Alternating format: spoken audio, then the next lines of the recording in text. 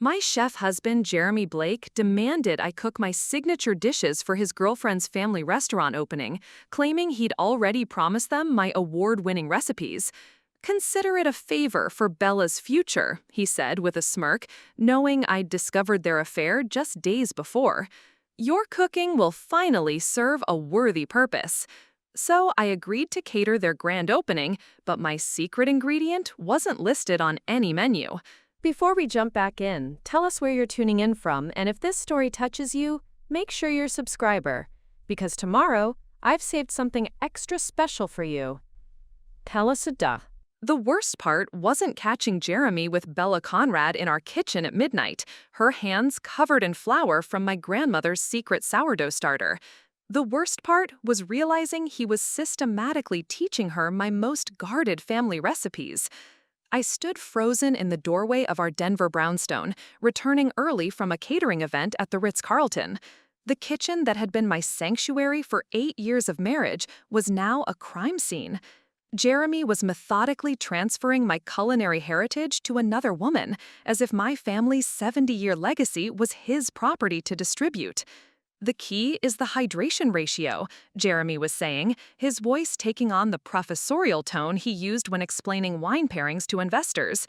Vivian's grandmother brought this technique from Tuscany in 1952.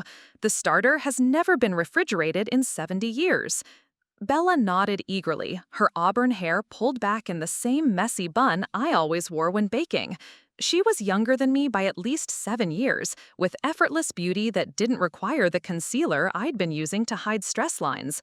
But what made my stomach lurch was how she was writing everything down in a leather-bound notebook, documenting every measurement, every technique, every family secret I'd shared with Jeremy during intimate moments.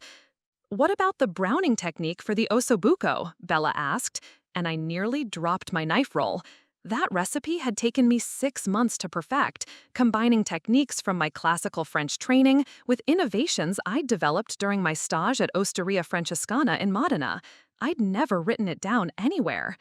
Jeremy glanced toward the doorway and our eyes met. For a split second, I saw panic flash across his face. Then his expression hardened into cold calculation. "Perfect timing, Viv," he said, as if I'd been invited to this midnight cooking lesson. "Bella's family is opening a new Italian restaurant in Cherry Creek next month. I told them you'd be happy to help with some recipes." Bella turned around, stunning in the way that made restaurant investors write checks before tasting the food. High cheekbones, expressive green eyes, and a smile that could charm food critics. "Jeremy has told me so much about your incredible talent," she said, extending a flour-dusted hand. "I've been dying to meet the genius behind Harrison's Kitchen." Harrison's Kitchen? My restaurant? The one I'd built from a food truck into a James Beard-nominated establishment over the past decade. The one Jeremy had slowly inserted himself into as business manager until his name appeared on half the paperwork. "What exactly has Jeremy told you?" I asked, not moving from the doorway. "I've been sharing some of your family recipes with the Conrad family," Jeremy said smoothly. "They're opening Nana's Treble next month, and I thought it would be a wonderful way to honor your grandmother's legacy." My grandmother's legacy? The woman who'd made me promise on her deathbed that her sourdough starter would never leave our family, that her techniques would be passed down only to my own children someday. "You told them about Nana Sophia's recipes?" My voice came out as a whisper. "Just the basics," Jeremy said, but his eyes avoided mine. "Nothing proprietary." I looked at Bella's notebook, glimpsing my own handwriting in the margins where Jeremy had obviously photocopied pages from my personal recipe collection, the one I kept locked in my office safe, the one Jeremy had the combination to because I'd trusted him with everything. "How long has this been going on?" I asked. Jeremy and Bella exchanged a look that spoke of inside jokes and shared secrets. "Vivian, you're being dramatic," Jeremy said, moving to stand protectively near Bella. "This is business. The Conrad family has serious investors backing them. This could be profitable for all of us." "Profitable for us or profitable for you?" "The Conrad family appreciates authentic Italian cuisine," Bella added, her voice taking on a slight edge. Jeremy explained that you learned these techniques from your grandmother, but that you don't have the business acumen to scale them properly. The business acumen to scale them properly. I stared at this woman who'd been in my kitchen, using my techniques, writing down my family's history, and she was suggesting I wasn't capable of building my own success. I think you should leave, I said quietly. After she left, Jeremy and I stood in our kitchen, surrounded by evidence of his betrayal.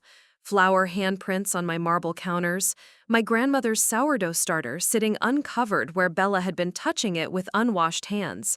The recipe notebook containing 70 years of my family's culinary history, now photographed and documented in a stranger's handwriting.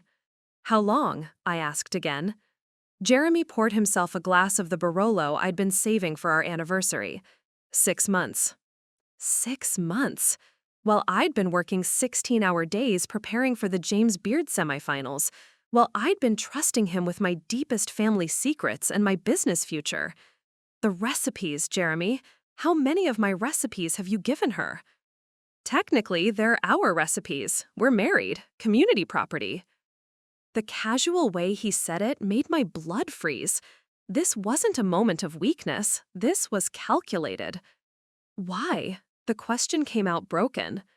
Jeremy looked at me with something that might have been pity. Because, Vivian, you're talented, but you're not scalable. You insist on doing everything yourself. You won't franchise. You're holding back your own potential. So you decided to give my potential to someone else? I decided to find someone who understands that business is business. Bella doesn't get emotional about tradition. The man I'd loved for 8 years was standing in our kitchen explaining why my life's work was better suited for his mistress than for me. Get out, I said. This is my house too, Vivian. Get out of my kitchen. After he left, I sat alone until dawn, staring at my grandmother's violated sourdough starter. But as the sun rose over Denver's skyline, I realized Jeremy had made one crucial mistake. He'd taught Bella my recipes, but he hadn't taught her my secrets. The real techniques that made my food special weren't written in any notebook. They were in my hands, my instincts, my understanding of flavors, but had taken decades to develop. Jeremy thought he could replicate me. He was about to learn that some things can't be copied, only earned. 3 days after discovering Jeremy and Bella in my kitchen, I started investigating exactly how deep his betrayal ran. What I found made my blood run cold. This wasn't just an affair or casual sharing of recipes. This was systematic theft spanning months. I began with my recipes. The leather portfolio I kept locked in my office safe had clearly been photographed. Page after page showed subtle signs of having been handled, repositioned, copied. The margins, where I'd written personal notes, had been highlighted with tiny pencil marks, as if someone had been marking the most important details for transcription. But the recipe theft was just the beginning. When I logged into my restaurant's financial management system, I discovered Jeremy had been running reports I'd never authorized. Detailed cost analyses of my signature dishes, supplier contact lists, profit margins broken down by ingredient sourcing. He'd been mining my business for intelligence. The most devastating discovery came when I found his laptop left open, still logged into his email. The subject line stopped me cold. Conrad Family Restaurant, Recipe Implementation Timeline. I opened the email thread between Jeremy and someone named Logan Conrad, dated back 4 months. 4 months before I'd caught them in the kitchen. Jeremy, my daughter Bella speaks very highly of your wife's techniques, Logan Conrad had written. We're prepared to offer $50,000 for exclusive rights to the sourdough starter culture and associated bread recipes, an additional $25,000 for the osso buco preparation, and $30,000 for what Bella describes as the secret pasta sauce that changes everything. Mrs. Blake, they weren't even using my professional name. I scrolled down to Jeremy's response. Logan, I appreciate the Conrad family's interest in Vivian's recipes. However, I think we can structure this more beneficially for everyone involved. Rather than a one-time payment, what if I provided ongoing consultation to help Bella master these techniques? Vivian can be protective of her family traditions, but I'm confident I can manage her concerns. Preparing and narrating this story took us a lot of time, so if you are enjoying it, subscribe to our channel. It means a lot to us. Now back to the story. He was auctioning off my grandmother's legacy like it was a commodity. The sourdough starter that had traveled from Italy to Ellis Island to Colorado, that represented everything I valued about tradition and continuity. Bella is a fast learner, Jeremy had written 3 weeks ago. She's already mastered the basic pasta technique and is working on the mother sauces. Vivian suspects nothing. She actually seems pleased that I'm taking more interest in her cooking. Pleased that he was taking interest? I remembered those moments with bitter clarity now. Jeremy asking thoughtful questions about my methods, requesting that I teach him family recipes so we can cook together more often. I'd been so happy that my workaholic husband was finally engaging with my passion. The email thread revealed that Logan Conrad owned 6 restaurants in Chicago and was expanding into Denver with serious financial backing. This wasn't a small family restaurant, it was a corporate operation using my stolen recipes to launch a major market expansion. I printed every email, every document. Then I dug deeper, checking our joint credit card statements. The pattern was clear. Expensive dinners at upscale restaurants, charged to our business account but listed as client meetings. Hotel charges in cities where Jeremy claimed to be attending conferences, but the locations didn't match any legitimate industry events. My phone buzzed with a text from Amanda. Chef Vivian, weird question. Did you authorize someone named Bella Conrad to tour our kitchen yesterday? She was here with Jeremy, asking lots of questions about our prep procedures and taking photos. She'd been in my restaurant, in my kitchen. Jeremy had used my staff's respect for him to give his mistress access to my professional secrets. I called Amanda immediately. Tell me everything about yesterday. It was strange, Chef. Jeremy brought this really beautiful woman through during lunch prep. He introduced her as a potential investor, but she seemed especially focused on the pasta station and bread ovens. She asked Marco about the fermentation timing for your sourdough, and she watched him portion the osso buco like she was memorizing the technique. Did she take notes? Photos, mostly, and she recorded Marco explaining the sauce reduction process. Jeremy said it was for a presentation to potential investors, but something felt off. That evening, I confronted Jeremy with printed copies of his emails. He didn't deny anything. Instead, he sat at our kitchen island and calmly explained his reasoning like he was presenting a business proposal. Vivian, you're thinking like an artist instead of an entrepreneur, he said. These recipes are sitting in our kitchen generating revenue for one small restaurant when they could be creating jobs and profits across multiple markets. The Conrad family has the resources to scale your techniques properly. They're not just techniques, Jeremy. They're my family's history. And that history will be preserved. Bella is committed to honoring the traditional methods. Bella is committed to stealing them. Jeremy sighed. This is exactly what I mean. You're too emotional about this. You can't see the business opportunity because you're caught up in sentimentality. And what about us, Jeremy? What about our marriage? Our marriage has been a business partnership for years, Vivian. This is just restructuring the terms. The casual way he dismantled 8 years of what I thought was love left me speechless. The Conrad family is expecting an answer by Friday, he said. I suggest you consider their offer seriously. With or without your cooperation, Nana's table is opening next month. After he left, I sat in my violated kitchen and realized the full scope of what I was facing. This wasn't just about stolen recipes or a cheating husband. Jeremy had been systematically positioning himself to steal my entire professional identity. But as I stared at the evidence of his months-long deception, I realized he'd made one crucial error. Jeremy understood my recipes, but he didn't understand me. He'd been so focused on extracting my techniques that he'd never bothered to learn the most important ingredient in everything I cooked: my ability to adapt, survive, and emerge stronger from whatever tried to destroy me. The next morning, I found Amanda already at Harrison's kitchen with something that made my hands shake: a printed article from Denver Food and Wine magazine published 2 days ago. Rising star Bella Conrad brings authentic Italian traditions to Cherry Creek. The article featured a full-page photo of Bella in what was clearly my grandmother's apron, standing beside a wood-fired oven that looked suspiciously similar to mine. But it was the quotes that made me realize Jeremy's betrayal went far deeper than I'd imagined. My family's recipes have been carefully darted for generations, Bella was quoted saying. My great-grandmother brought these techniques from Tuscany in the early 1900s, and we've maintained the traditional methods ever since. The sourdough starter I use has never been refrigerated in over 70 years. My great-grandmother. My sourdough starter. My story, rewritten with Bella as the protagonist. Conrad credits her business partner and mentor, restaurant consultant Jeremy Blake, with helping her recognize the commercial potential of her family's culinary heritage. Jeremy had orchestrated the entire narrative.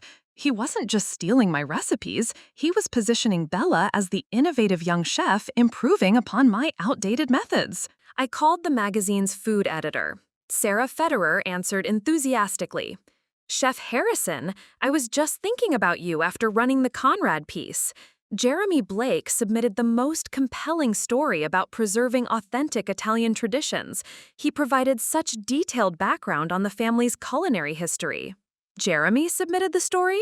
Oh yes, he's been working with us for months. He's very passionate about Bella's work. He said you two have been collaborating on menu development. Jeremy had positioned himself as the industry expert who could verify Bella's credentials using his knowledge of my actual methods. Amanda showed me her research on Logan Conrad's business profile. The man owned 14 restaurants across multiple states, not 6 as Jeremy had claimed.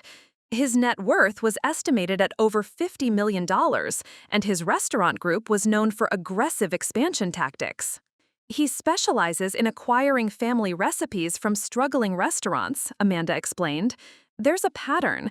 He finds talented chefs with unique techniques, offers them partnership deals, then gradually takes control of their recipes and concepts.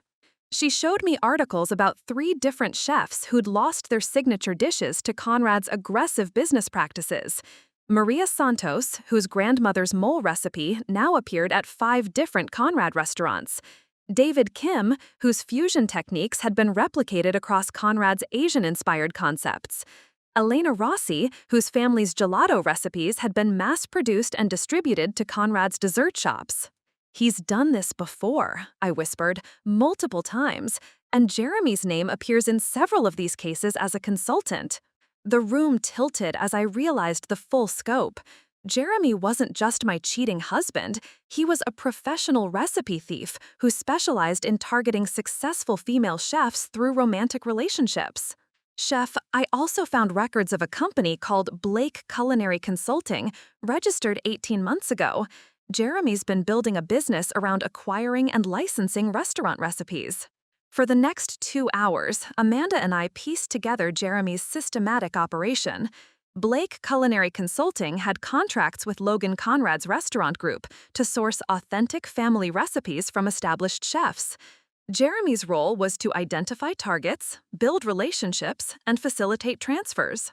The most damaging discovery came when Amanda found Jeremy's professional website.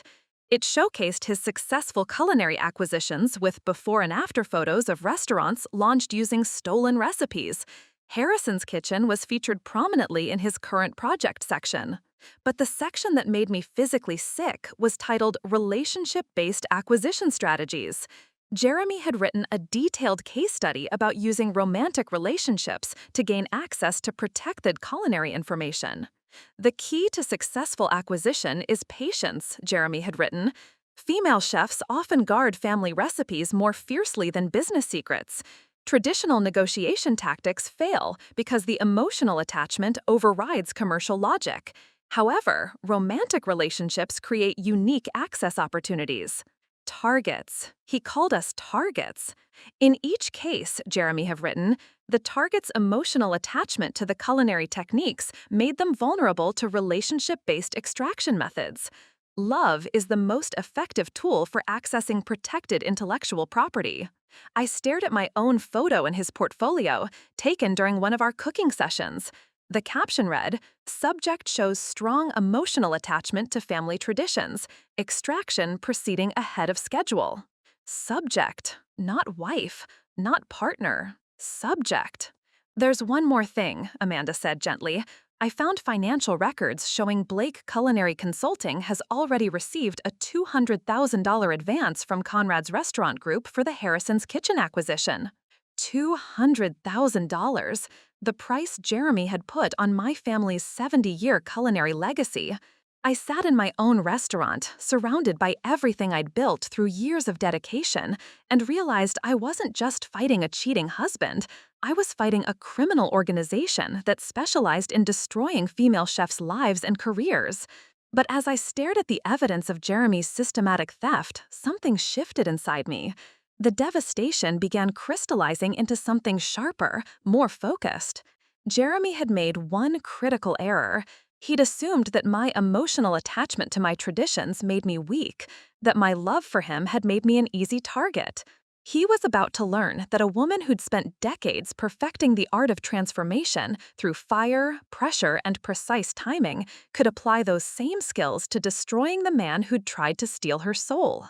That evening, Jeremy came home with expensive champagne, acting as if nothing had changed. He announced he'd scheduled a meeting with Logan Conrad for Friday morning to finalize my consulting agreement with Nana's Table. "Logan is flying in from Chicago specifically to meet you," he said, pouring champagne into my grandmother's crystal glasses. "This is a huge opportunity, Vivian. The Conrad Restaurant Group has locations in 12 cities. Your recipes could be featured coast to coast." I smiled, letting him believe his charm was working. "Tell me more about Logan. What's he like?" Jeremy's eyes lit up as he detailed Logan Conrad's empire with obvious reverence. Logan wasn't just wealthy, he was strategically connected throughout the food industry. His restaurant group had partnerships with hotel chains, catering companies, and food distributors across the Midwest. He sat on the board of the National Restaurant Association and had consulting contracts with 3 major food corporations. More importantly, he had the political and legal connections to make problems disappear for people who threatened his business interests. "He's incredibly influential," Jeremy explained. "Food critics listen to him. Investors trust his judgment. When Logan Conrad recommends a restaurant or a chef, it opens doors that most people spend decades trying to unlock." What Jeremy didn't realize was that he was giving me a detailed briefing on exactly how powerful the enemy I was facing truly was. "How many other chefs has he worked with?" I asked carefully. "Oh, dozens. Logan has a gift for recognizing untapped potential and helping talented chefs reach wider markets. He's particularly good at working with female chefs who have amazing family recipes but lack the business experience to scale them properly." The casual way Jeremy described Logan's pattern of targeting women made my skin crawl. Over the next 2 hours, Jeremy detailed his operation with the pride of an entrepreneur discussing a successful startup. He'd been working with Logan for 3 years, initially as a financial consultant, before recognizing the profit potential in recipe acquisition. "The key is understanding that most family recipes have never been properly valued," Jeremy explained. "These women inherit techniques that could generate millions in revenue, but they're content running single restaurants that barely break even." "What about the chefs who don't want to scale their operations?" I asked. Jeremy's expression darkened slightly. "That's where things can get complicated. Some targets are unreasonably attached to maintaining small-scale operations. In those cases, Logan has methods for encouraging cooperation." "What kind of methods?" "Legal pressure, usually. Copyright infringement claims, business licensing challenges, health department investigations. Logan has excellent attorneys and extensive connections in regulatory agencies." My blood turned to ice. Logan Conrad didn't just steal recipes through seduction and manipulation. He had a network of lawyers, officials, and industry connections that he used to systematically destroy chefs who refused to cooperate. "What about Maria Santos?" I asked. Jeremy's smile faltered. "Maria was difficult. She initially agreed to the partnership, then tried to back out when she realized the full scope of what modernizing her grandmother's recipes would require. She started making accusations about recipe theft." What happened to her? Her restaurant failed 6 months later. Series of unfortunate events. Health department violations, supplier issues, staff problems. Sometimes the market decides which businesses deserve to survive. The market, as if Maria Santos's destruction had been natural selection rather than coordinated sabotage. As Jeremy continued describing Logan's plans for my life's work, I realized that refusing his offer wasn't really an option. Logan Conrad had the resources to destroy Harrison's kitchen whether I cooperated or not. But Jeremy had made one crucial miscalculation. He assumed that my attachment to tradition made me weak, that my love for family recipes meant I couldn't adapt to modern business realities.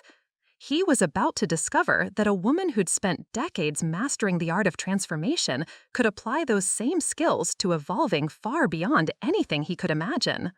Logan Conrad thought he was acquiring another vulnerable female chef whose emotions could be manipulated for profit. Instead, he was about to meet someone who understood his methods better than anyone and had the knowledge necessary to destroy everything he'd built. Jeremy's network was extensive and well-connected, but he'd never encountered a chef who was about to transform herself into something he couldn't recognize, control, or steal from. The meeting was set for Friday morning. By then, I'd need to decide whether to fight Logan Conrad's empire head-on or find a more strategic approach. Either way, Jeremy was about to learn that some recipes require ingredients he'd never heard of. Friday morning arrived with a crisp October chill that matched my mood as I prepared to meet Logan Conrad.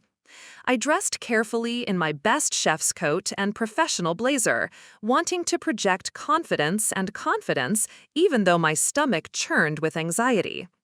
This meeting would determine whether I fought Logan's empire as Vivian Harrison, the emotional chef attached to tradition, or found another way to destroy him entirely. The Conrad Restaurant Group had rented a private dining room at the Brown Palace Hotel for our meeting. When I arrived, Logan was already seated at the polished mahogany table, reviewing documents with the focused attention of a man accustomed to controlling every detail of his business operations. He was exactly what I'd expected from Jeremy's descriptions, mid-50s, silver-haired, with the kind of expensive tailoring that whispered wealth rather than shouting it. His handshake was firm, his smile professionally warm, and his eyes held the calculating intelligence of someone who'd built an empire by recognizing opportunities that others missed. "Mrs. Blake," he said, using Jeremy's last name with casual authority, "Jeremy has told me so much about your extraordinary talent. I've been looking forward to this conversation for months." Bella sat beside him, wearing a designer dress that probably cost more than most line cooks made in a month. She looked younger and more innocent in person, but I could see the sharp intelligence behind her friendly facade.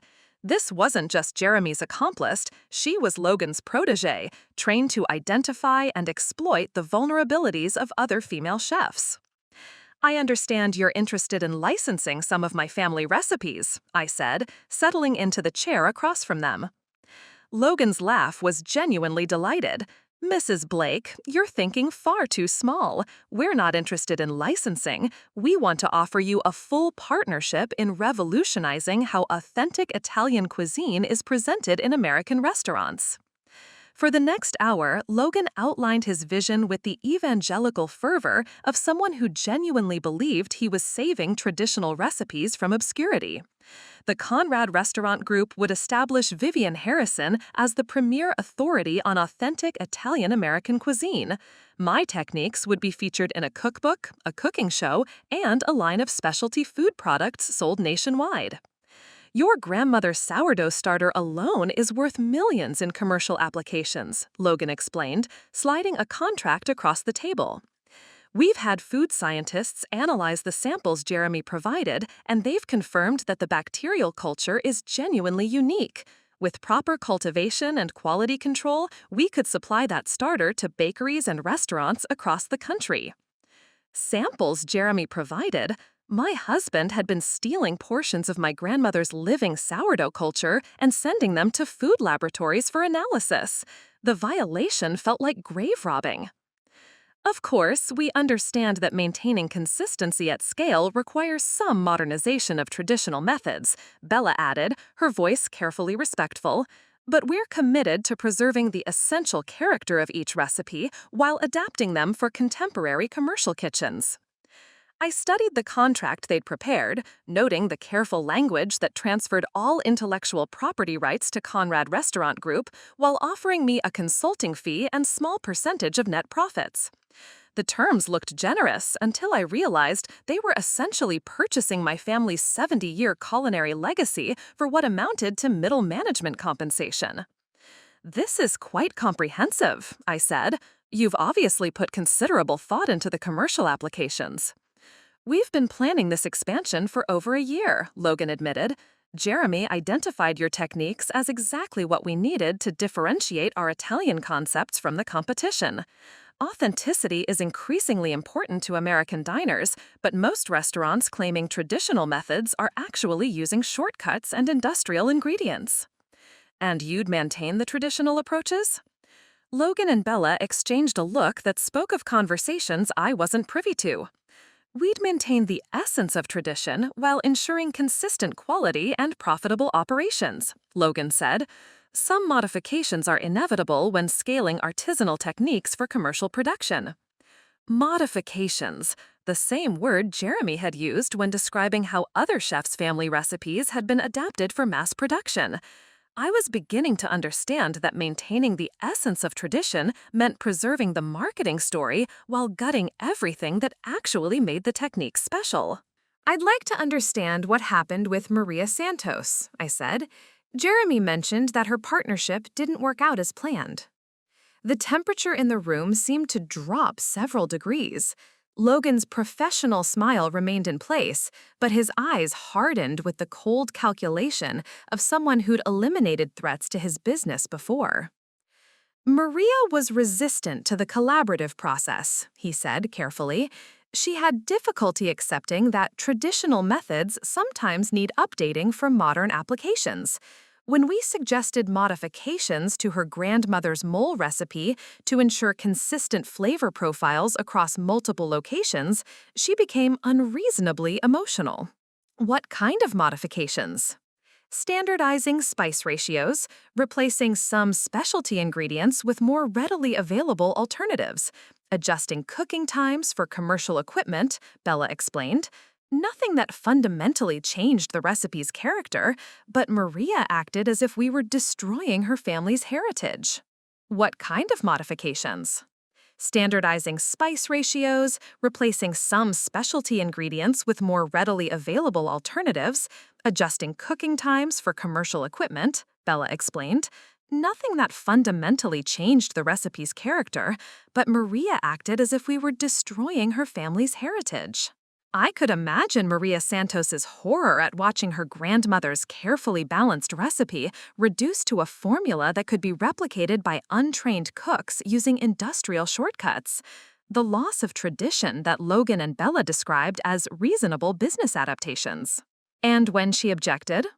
"She attempted to withdraw from our partnership agreement," Logan said, his tone suggesting such behavior was both unexpected and unreasonable. "Unfortunately, she'd already provided the recipe details and technique documentation required for our initial development work. When she tried to prevent us from using what she'd voluntarily shared, the situation became legally complicated." Legally complicated? I was beginning to understand Logan's method for dealing with uncooperative chefs. First, extract their recipes through partnership agreements. Then, if they objected to commercial modifications, use legal pressure to prevent them from interfering with Conrad Restaurant Group's profitable implementation of their stolen techniques. I assume Maria's restaurant closed due to these legal complications. Maria's restaurant closed because she was a talented cook but a poor businesswoman, Logan replied smoothly. Running a successful restaurant requires more than traditional recipes. It requires understanding of modern commercial realities, which Maria unfortunately lacked. The coded threat was clear. Cooperate with Logan's vision for commercial modification of my family recipes, or face the same systematic destruction that had ended Maria Santos's career. But as I sat in that elegant hotel dining room, listening to Logan Conrad explain why my grandmother's techniques needed improvement, and Jeremy nod along with plans to industrialize my life's work, something crystallized inside me. These men had spent months studying my techniques, analyzing my business, and planning my professional future without my knowledge or consent. They'd treated my marriage, my recipes, and my restaurant as assets to be acquired through manipulation and intimidation. Logan Conrad expected me to surrender my family's legacy because the alternative was fighting his well-funded legal team and extensive industry connections.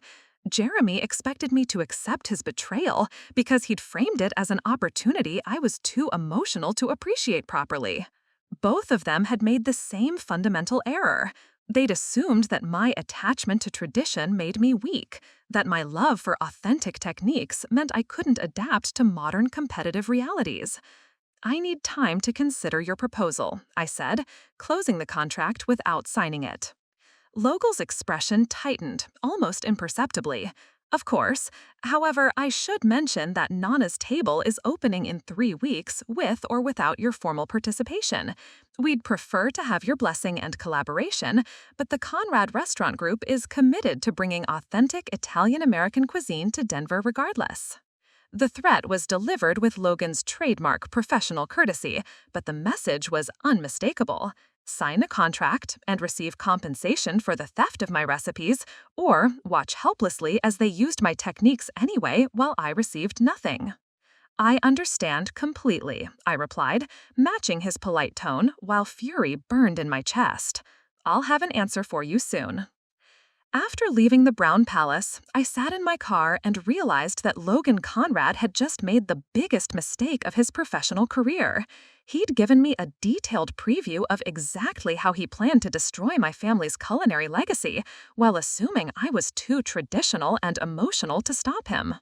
What Logan didn't understand was that the most important lesson my grandmother had taught me wasn't about cooking. It was about survival. When someone tries to steal what matters most to you, you don't fight them on their terms. You change the entire game.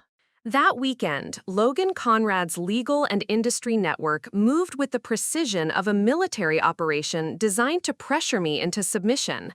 The first blow came Saturday morning when I arrived at Harrison's kitchen to find a health inspector conducting an unscheduled examination of my facilities. "Inspector Morrison," I read from his badge, as he documented every minor irregularity he could find. "We weren't expecting an inspection until next quarter." "Anonymous complaint about food safety violations," he replied without looking up from his clipboard. "Someone reported concerns about temperature control and cross-contamination procedures."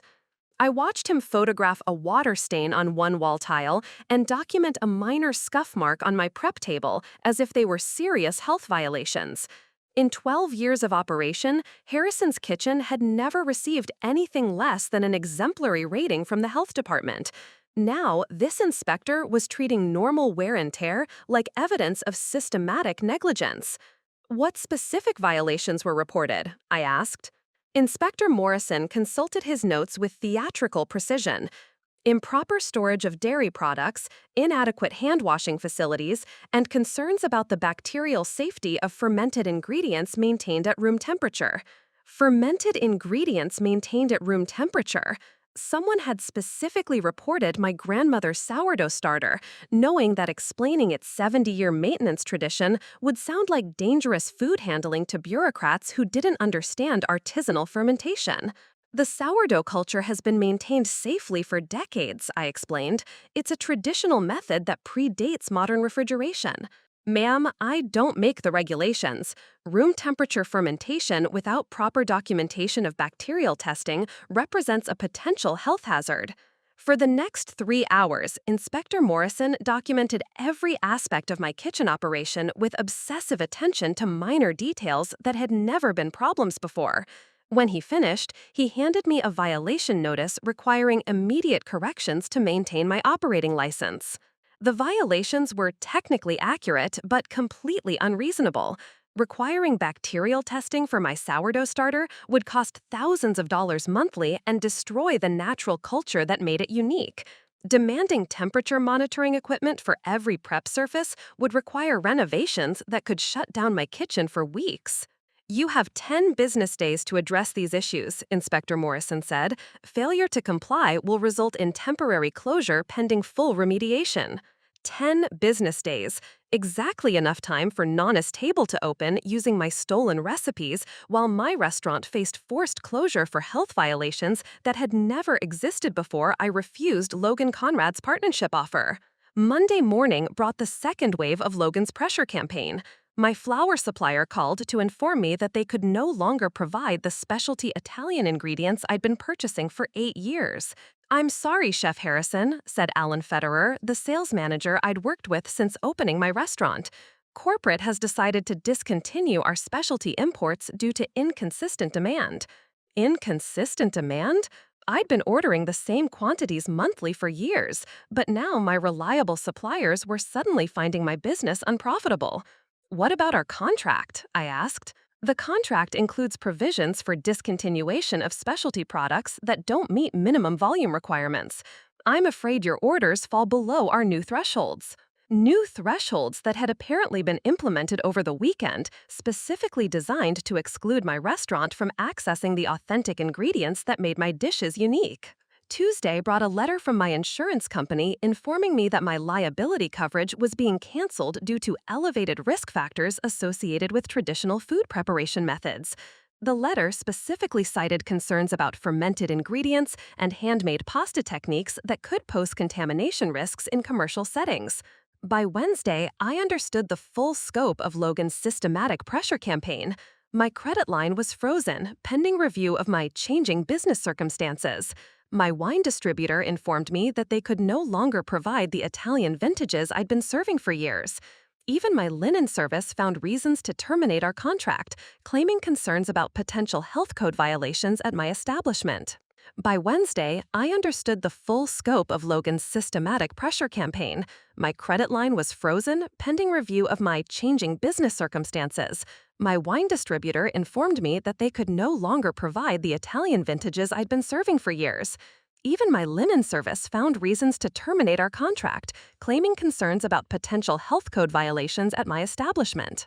Jeremy watched this systematic destruction of my business with the detached interest of someone observing a scientific experiment. When I confronted him about the obvious coordination of these sudden problems, he shrugged with casual indifference. "Maybe this is the market telling you something," he said, not looking up from his laptop. "Running a small restaurant is increasingly difficult without corporate support. Logan's offer is still available." Corporate support, as if Logan Conrad's protection racket was a legitimate business service rather than systematic extortion. "You orchestrated this," I said. "I didn't orchestrate anything. I simply mentioned to Logan that you might need some time to understand the realities of operating without industry connections. He may have shared that information with colleagues who have their own business considerations." The casual way Jeremy described economic terrorism made my blood boil. He was treating the destruction of my livelihood like a natural consequence of my failure to appreciate his guidance. Thursday morning, Amanda called in tears. "Chef, I'm so sorry. I have to give notice. My husband just got laid off from his construction job, and we can't afford for me to work somewhere that might close down." One by one, my staff began finding reasons to leave. Some received job offers they couldn't refuse at restaurants owned by Logan's associates. Others discovered that their unemployment benefits would be jeopardized if they continued working for a business facing health department violations. By Friday, I was running Harrison's Kitchen with a skeleton crew, serving a reduced menu to the few customers who weren't deterred by whispered rumors about health problems and business instability. That evening, Logan Conrad called personally to check on my decision regarding his partnership offer. "Mrs. Blake, I understand you've been experiencing some operational challenges this week," he said, his voice carrying the false sympathy of an arsonist offering to sell fire insurance. "Running an independent restaurant is increasingly difficult in today's competitive environment." "What do you want, Logan?" I want to help you understand that fighting market forces is futile. The Conrad Restaurant Group can solve all of your current problems with a simple partnership agreement. Your suppliers, your insurance, your staff retention issues, all of these challenges disappear when you have proper industry support. The offer was as smooth as poisoned honey. Surrender my family's recipes and accept subordinate status in Logan's empire, and all of my systematic problems would magically resolve themselves. And if I continue to refuse? Logan's sigh carried the weariness of a patient teacher dealing with a stubborn student. Then you'll discover that independent restaurants without industry connections face increasingly difficult operating conditions. Market forces can be quite unforgiving to businesses that resist evolution. Market forces, the same phrase Jeremy had used to describe Maria Santos's destruction. I need more time to consider. Of course, however, I should mention that Nana's Table opens Monday evening with a menu featuring several dishes inspired by traditional Italian-American techniques. We've received remarkable advance interest from food critics and investors. It would be unfortunate if Harrison's Kitchen couldn't remain open to appreciate how your grandmother's legacy will be honored in our interpretation. The threat was delivered with Logan's characteristic politeness, but the message was clear. Watch helplessly as he profited from my stolen recipes while my own restaurant crumbled under systematic pressure, or surrender and receive token compensation for my family's culinary heritage. After hanging up, I sat in my empty restaurant and realized that Logan Conrad had succeeded in isolating me completely. My suppliers were gone, my staff was leaving, my insurance was canceled, and my business was facing imminent closure. But as I stared at my grandmother's sourdough starter, still alive and thriving despite every attempt to regulate it out of existence, I realized that Logan had made the same mistake that every conqueror makes when facing someone with nothing left to lose. He'd assumed that destroying my current life would force me to accept his terms. Instead, he'd freed me from every constraint that had kept me fighting by his rules. Logan Conrad wanted to steal my identity and profit from my family's legacy.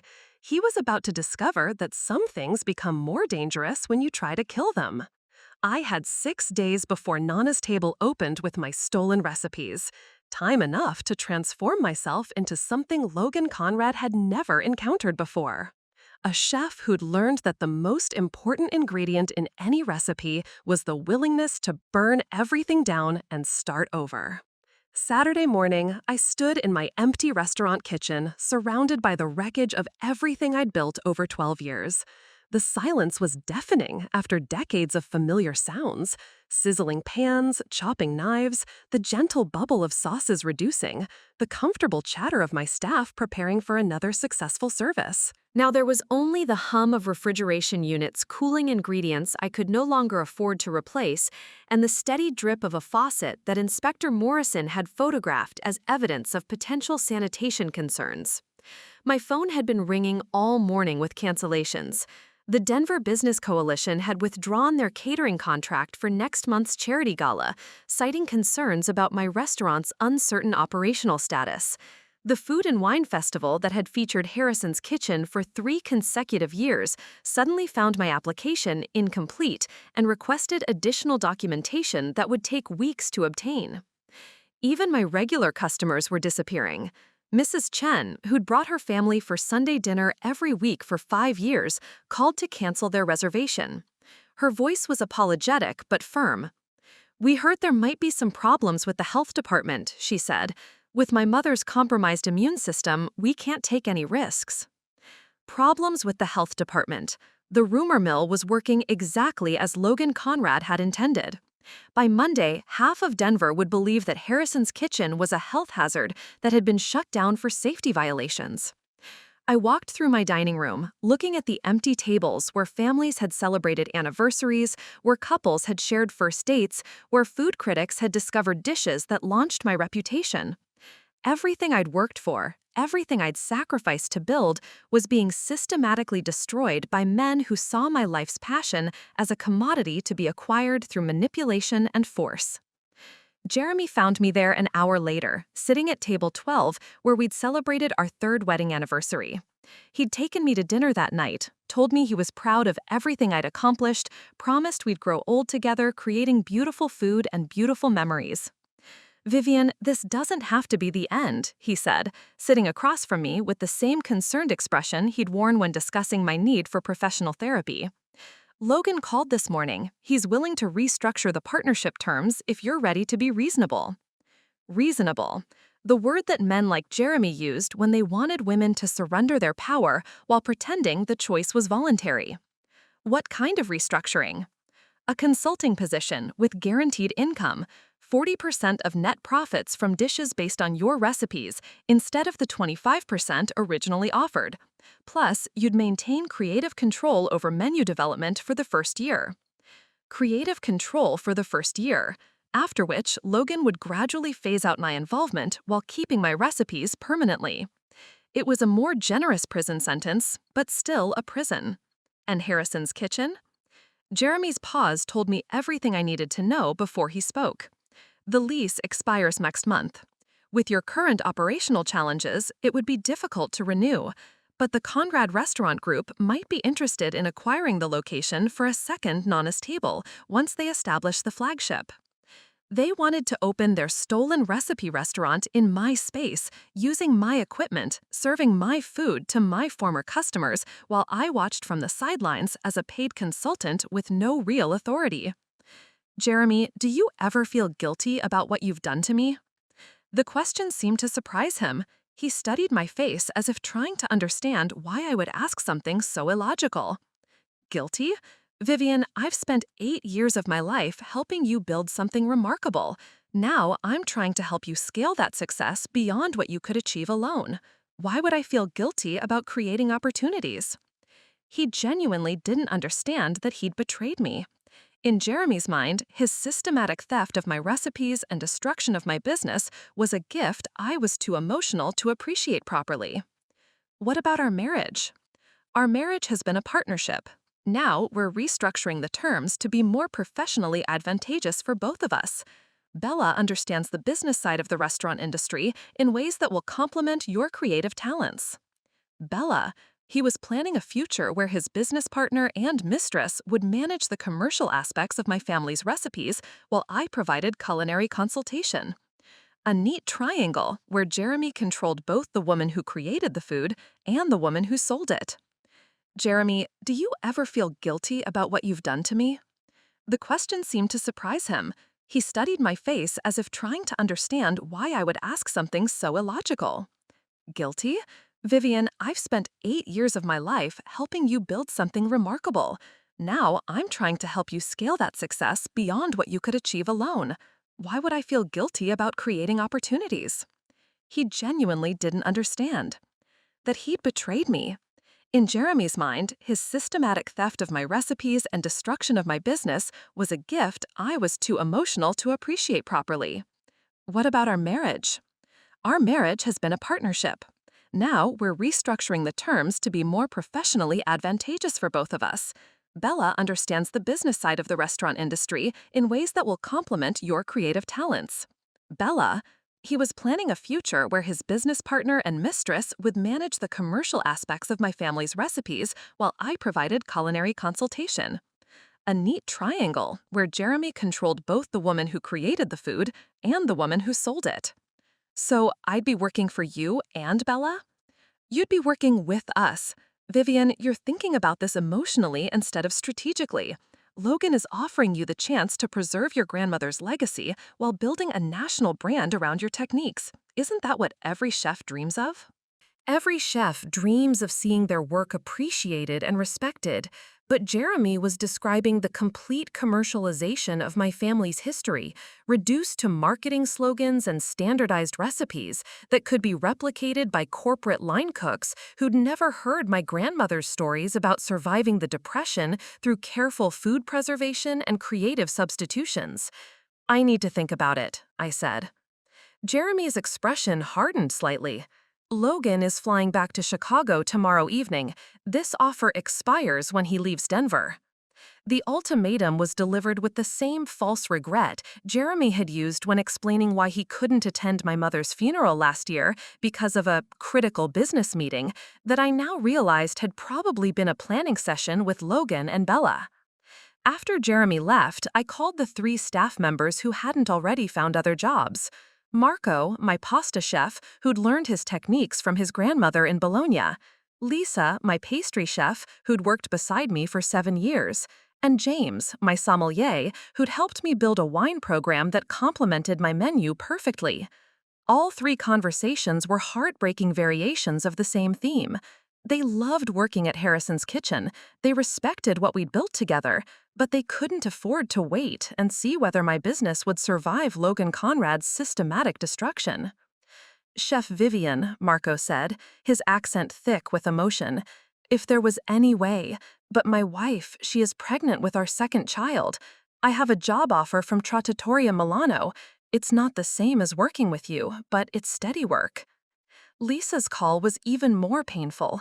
Harrison's Kitchen taught me everything I know about real pastry work, but I've been accepted to the Culinary Institute in San Francisco.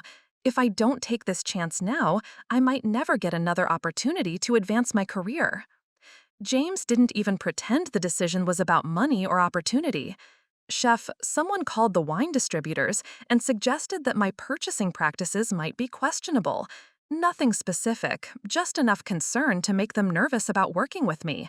I've been offered a position with a restaurant group that has better industry connections. By Sunday evening, I was completely alone. No staff, no suppliers, no customers, no allies in the industry that had been my life for over a decade. Logan Conrad had succeeded in isolating me so thoroughly that signing his partnership agreement seemed like the only alternative to watching my restaurant die a slow, humiliating death. But as I sat in my empty kitchen that night, sharing a simple meal of pasta and olive oil with my grandmother's sourdough starter bubbling peacefully beside me, I realized something that Logan and Jeremy had never understood. They'd assumed that destroying my restaurant would break my spirit and force me to surrender. Instead, they'd stripped away every distraction that had kept me from seeing the situation clearly. I wasn't just fighting for Harrison's Kitchen anymore. I was fighting for every female chef who'd been manipulated out of her recipes, every family tradition that had been stolen and commercialized, every woman who'd trusted a man with her most precious secrets, only to discover that love was just another business strategy. Logan Conrad had systematically destroyed my current life, but he'd also freed me from every constraint that had kept me playing by conventional rules. Jeremy thought he understood my weaknesses because he'd spent 8 years studying my emotional attachments and professional vulnerabilities. What he'd never learned was my greatest strength, the ability to transform pressure and heat into something entirely new. Logan's ultimatum expired tomorrow evening. By then, I needed to decide whether to surrender my family's legacy for financial compensation or find a way to destroy his empire before he could profit from my grandmother's 70-year-old secrets. The choice was becoming clearer with every passing hour. Some recipes required the complete destruction of their original ingredients before they could become something magnificent. Monday morning, I drove to a part of Denver I'd never visited before, following directions scrawled on a napkin from a conversation I'd had 3 months ago with a line cook who'd been fired from one of Logan Conrad's Chicago restaurants. At the time, I thought Maria Santos was just a bitter ex-employee when she'd approached me after a food industry conference, warning me about Blake Culinary Consulting and the Conrad Restaurant Group's predatory practices. Now I understood that Maria had been trying to save me from the same systematic destruction that had ended her own career. I found her at Cocina del Pueblo, a small community kitchen in a converted warehouse that served the Latino population in North Denver. When I walked through the door, the familiar sounds and smells of a working kitchen welcomed me like an embrace from an old friend, even though everything here was different from the upscale world I'd inhabited for the past decade. Maria was teaching a cooking class to a group of immigrant women, demonstrating how to stretch traditional recipes to feed large families on limited budgets. She looked up when I entered, and recognition flickered across her face, followed immediately by something that might have been pity. Chef Harrison, she said, wiping her hands on a towel that had seen better days. I wondered when you'd find your way here. The women in her class studied me with curious eyes, taking in my expensive chef's coat and professional knife roll, obvious markers of privilege in a place where cooking was survival rather than artistry. I need to understand what really happened to your restaurant, I said. Maria dismissed her class with gentle instructions to practice the techniques they'd learned, then led me to a small office that smelled of cumin and desperation. The walls were covered with photos of the restaurant she'd lost, newspaper clippings documenting her grandmother's immigration story, and what looked like legal documents marked with red stamps indicating final notices and court judgments. Logan Conrad destroyed everything I'd spent 15 years building, she said, settling into a chair that had been repaired with duct tape. But not before he stole my grandmother's mole recipe and turned it into a commercial sauce that's now sold in 43 restaurants across the Midwest. She pulled out a folder thick with documentation that told the story of a systematic campaign designed to steal her family's culinary heritage. Partnership agreements that looked generous until you read the fine print, transferring all intellectual property rights to Conrad Restaurant Group. Legal challenges claiming that her traditional preparation methods violated food safety regulations. Supplier contracts mysteriously canceled just before her busiest season. The worst part wasn't losing my restaurant, Maria continued, showing me photos of the vibrant establishment that had once been her life's work. It was watching them serve my grandmother's mole to customers who had no idea they were eating stolen recipes. Logan took everything that made our food special and turned it into a corporate product that could be replicated by anyone with basic cooking skills. I studied the timeline Maria had created, documenting how Blake Culinary Consulting had targeted her restaurant through a series of increasingly intrusive business consultations that had gradually extracted her most valuable recipes and techniques. The pattern was identical to what Jeremy had been doing to me, but Maria had recognized the theft too late to stop it. How many other chefs has Logan done this to? I found evidence of at least 12 restaurants over the past 5 years, all owned by women, all featuring family recipes with commercial potential, all destroyed through the same systematic process. Maria opened another folder containing newspaper clippings and business records. Elena Rossi's gelato shop in Phoenix, Carmen Rodriguez's tamale restaurant in Albuquerque, Jennifer Kim's fusion concept in Portland. The pattern is always the same. Looking at the photos of these destroyed businesses, I saw my own future if I surrendered to Logan's ultimatum. My grandmother's recipes would be mass-produced and distributed across his restaurant empire, while I received token compensation and watched helplessly as my family's legacy was commercialized beyond recognition. What about fighting back through legal channels? Maria's laugh was bitter. Logan has teams of attorneys and connections in every regulatory agency that matters. When I tried to sue for recipe theft, they buried me in motions and appeals that cost more money than I could afford. When I went to the media, suddenly I was a disgruntled former business partner making unfounded accusations against a respected industry leader. She showed me articles from Chicago food magazines that portrayed Logan as an innovative restaurateur helping small business owners scale their operations, while Maria was characterized as a difficult woman who couldn't adapt to modern business practices. The industry closed ranks around him, Maria explained. Logan sits on the boards of 3 culinary organizations and has donated millions to culinary schools. When he says someone is making false accusations, people listen. But as Maria continued describing Logan's systematic campaign against her, I noticed something she might not have seen herself. Her current operation, teaching traditional cooking techniques to immigrant families, was having an impact that went far beyond the single restaurant she'd lost.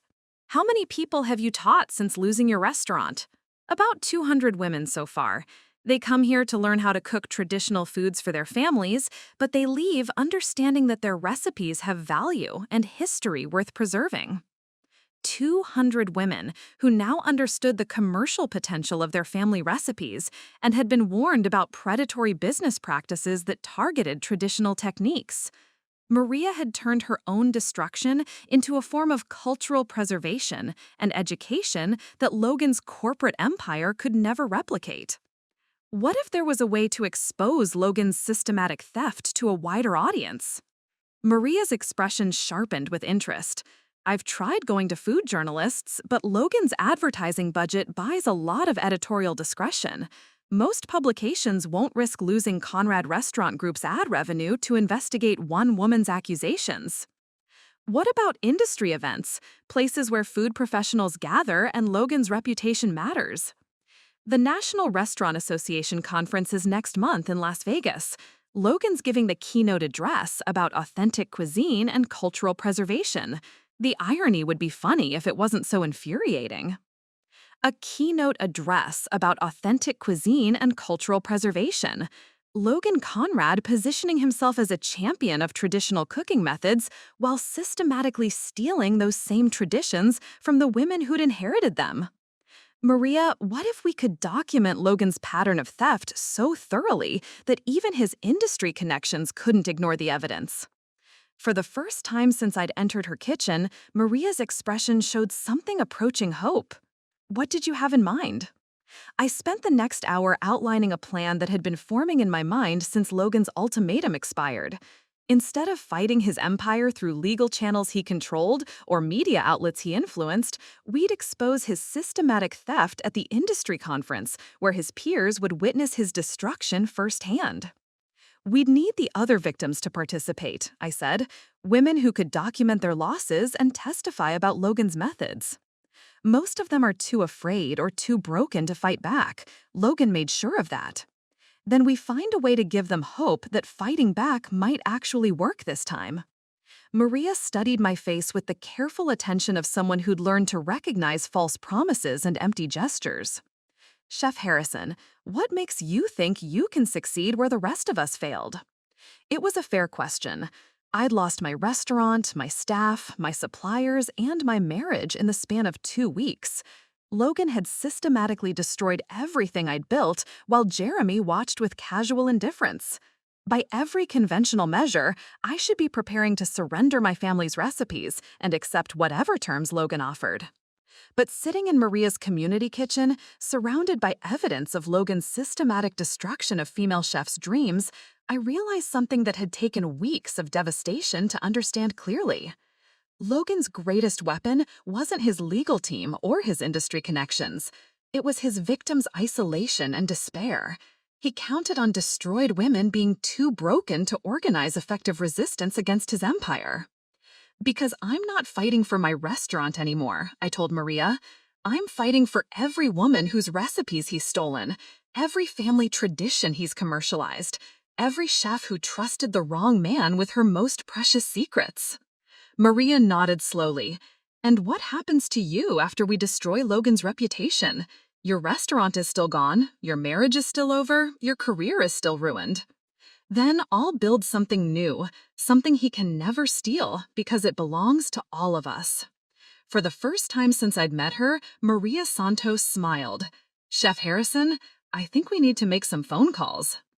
The transformation began that night in Maria's community kitchen, but it wasn't the kind of change Jeremy would have recognized. While he'd spent months documenting my recipes and techniques, he'd never understood the most important skill my grandmother had taught me: how to reinvent yourself when survival demanded it. Mariah had gathered 3 other women whose restaurants had been destroyed by Logan's systematic theft. Elena Rossi, the gelato maker from Phoenix, whose family recipes now appeared in Conrad's dessert shops across Arizona. Carmen Rodriguez, whose tamale techniques had been mass-produced for Logan's Tex-Mex chains throughout Texas, and Jennifer Kim, whose Korean-Italian fusion concepts had been replicated in 6 cities after Blake Culinary Consulting consulted her into bankruptcy. We tried fighting him individually, Elena said, her voice carrying the exhaustion of someone who'd spent years in fruitless legal battles. Logan's attorneys buried us in paperwork and appeals until we ran out of money. The media wouldn't touch the story, Carmen added. One food blogger called us bitter women who couldn't handle business competition. Jennifer nodded grimly. Logan made sure we looked like disgruntled former partners rather than theft victims. He controls too much of the narrative. But as I listened to their stories, I realized they'd all made the same mistake I'd been about to make. They'd tried to fight Logan Conrad as the women he'd destroyed, rather than transforming into something he couldn't recognize or control. What if we stopped being his victims? I asked. What if we became something entirely different? Over the next hour, I outlined the plan that had been crystallizing in my mind since Logan's ultimatum expired. We wouldn't fight him as ruined restaurant owners seeking justice for past theft. We'd transform ourselves into culinary investigators, exposing his ongoing crimes to an industry audience that had never seen the evidence presented systematically. The National Restaurant Association conference has 3,000 attendees, I explained. Food critics, restaurant investors, culinary school administrators, industry executives. Logan's keynote address about authentic cuisine will be the perfect platform to expose his hypocrisy. How? Maria asked. Conference security won't let us disrupt his speech. We don't disrupt it, we enhance it. We register as legitimate conference participants, set up exhibits documenting Logan's pattern of theft, and present our evidence as a panel discussion on protecting culinary intellectual property. Elena's eyes sharpened with interest. We could document every restaurant he's destroyed, every recipe he's stolen, every woman he's manipulated. Make it impossible to dismiss us as isolated complaints. But we'd need credibility, Carmen pointed out. Logan's reputation gives him authority. Who's going to listen to a group of failed restaurant owners making accusations? That was the key insight that would make everything possible. We couldn't present ourselves as Logan's victims because victims don't have credibility in business settings. We needed to become experts, researchers, advocates for an issue bigger than our personal grievances. We become a culinary preservation organization, I said, dedicated to protecting traditional recipes from commercial exploitation. We present Logan's systematic theft as a case study in cultural appropriation and intellectual property abuse. Jennifer leaned forward, understanding immediately. We position ourselves as industry watchdogs rather than revenge-seeking former business partners. Exactly. We research other cases of recipe theft, document the economic impact on small restaurants, interview food historians about cultural preservation. We build a comprehensive analysis of predatory practices in the restaurant industry. Mariah was already making notes. I have contacts at 3 culinary schools who've been concerned about corporate exploitation of traditional techniques. They might be willing to participate in a panel discussion. And I know food journalists who've been investigating the consolidation of independent restaurants, Elena added. They might be interested in a story about systematic theft by major restaurant groups. Over the next 3 hours, we transformed from Logan Conrad's discarded victims into the founding members of the Traditional Culinary Heritage Foundation, a research organization dedicated to protecting family recipes from commercial exploitation. The irony was perfect. Logan had destroyed our individual restaurants, but his systematic cruelty had created the coalition that would expose his entire operation to industry scrutiny. By dawn, we had a plan that was audacious enough to work. We'd register for the conference as culinary preservation advocates, present Logan's theft pattern as academic research, and time our revelation to coincide with his keynote address about authentic cuisine and cultural preservation. What about funding? Carmen asked as we prepared to leave. Conference registration, travel expenses, exhibit materials. We're all broke because of Logan. I thought about the money Jeremy had been paid for my stolen recipes. The $200,000 advance from Conrad Restaurant Group that had funded my family's destruction. Logan had used my grandmother's techniques to finance his own expansion while systematically destroying my business. I have savings he doesn't know about, I said. Enough to fund our research and conference participation. What I didn't mention was that transforming into someone Logan couldn't recognize would require sacrifices beyond money. I'd need to reinvent my professional identity, abandon the upscale culinary world that had defined my career, and commit to a mission that might never restore what I'd lost. But as I looked around Maria's community kitchen at 3 women who'd survived Logan's systematic destruction and emerged stronger, I realized transformation wasn't about getting back what had been stolen. It was about becoming something more dangerous than anything your enemies could imagine. Logan Conrad thought he'd eliminated 4 threats to his empire by destroying our restaurants. He was about to discover he'd created a coalition that understood his methods better than anyone and had nothing left to lose. Jeremy had spent 8 years studying my techniques, but he'd never learned my most important recipe, how to emerge from complete destruction as something entirely new. The Traditional Culinary Heritage Foundation's first case study would be the systematic theft practices of Blake Culinary Consulting and the Conrad Restaurant Group. Logan's keynote address about authentic cuisine was 3 weeks away. By then, we'd be ready to serve him a dish he'd never tasted before: the consequences of underestimating women who'd learned to transform pain into power. The next 3 weeks passed in a blur of intensive preparation that reminded me why I'd fallen in love with cooking in the first place.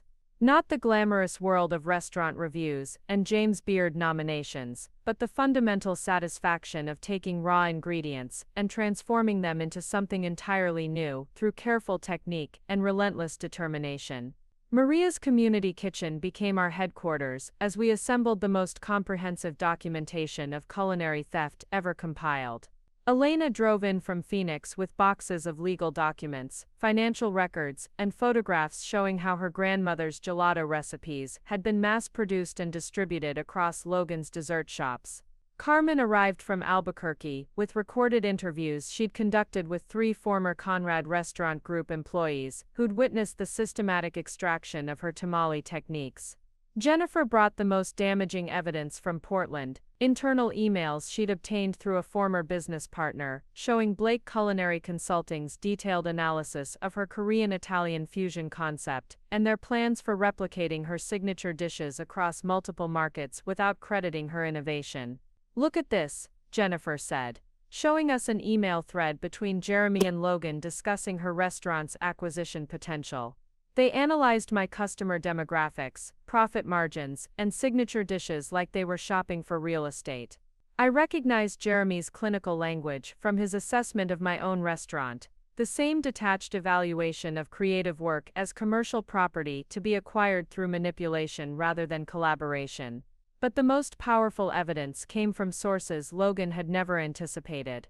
Dr. Amelia Archer, a food historian from the University of Colorado, had been researching the economic impact of recipe appropriation on immigrant communities for her doctoral dissertation. When Maria contacted her about our project, she provided academic context that transformed our personal grievances into a scholarly analysis of cultural exploitation. What Logan Conrad does isn't just business competition, Dr. Archer explained during one of our planning sessions. It's a systematic erasure of cultural heritage for commercial profit. When traditional recipes are extracted from their communities and mass-produced without context or compensation, it destroys the social bonds that give those techniques meaning. Her research revealed that Logan's theft pattern extended beyond individual restaurants to entire communities. Mexican-American neighborhoods in Chicago had lost 3 traditional bakeries after Conrad Restaurant Group consulted their owners into partnership agreements that gradually stripped away their authentic techniques. Korean family restaurants in Los Angeles had been forced to compete with Conrad's fusion chains using stolen variations of their grandmother's recipes. We spent 18-hour days assembling timelines, conducting interviews, and creating visual presentations that would make Logan's systematic theft impossible to dismiss as isolated business disputes. The Traditional Culinary Heritage Foundation's exhibit would span 12 display panels documenting 15 different restaurants that had been destroyed through Blake Culinary Consulting's predatory practices. During the final week of preparation, I received an unexpected call from Bella Conrad. Her voice carried none of the confident authority I remembered from our kitchen encounter months ago. "Vivian, I need to see you," she said. "There are things about Logan and Jeremy that you need to know before the conference." We met at a coffee shop in neutral territory, and I barely recognized the woman who sat across from me. Dawn was the polished confidence and designer clothing. Bella looked exhausted, haunted by something that had drained the life from her eyes. "Jeremy didn't tell you the truth about our relationship," she began. "I'm not his girlfriend or his business partner. I'm his latest target."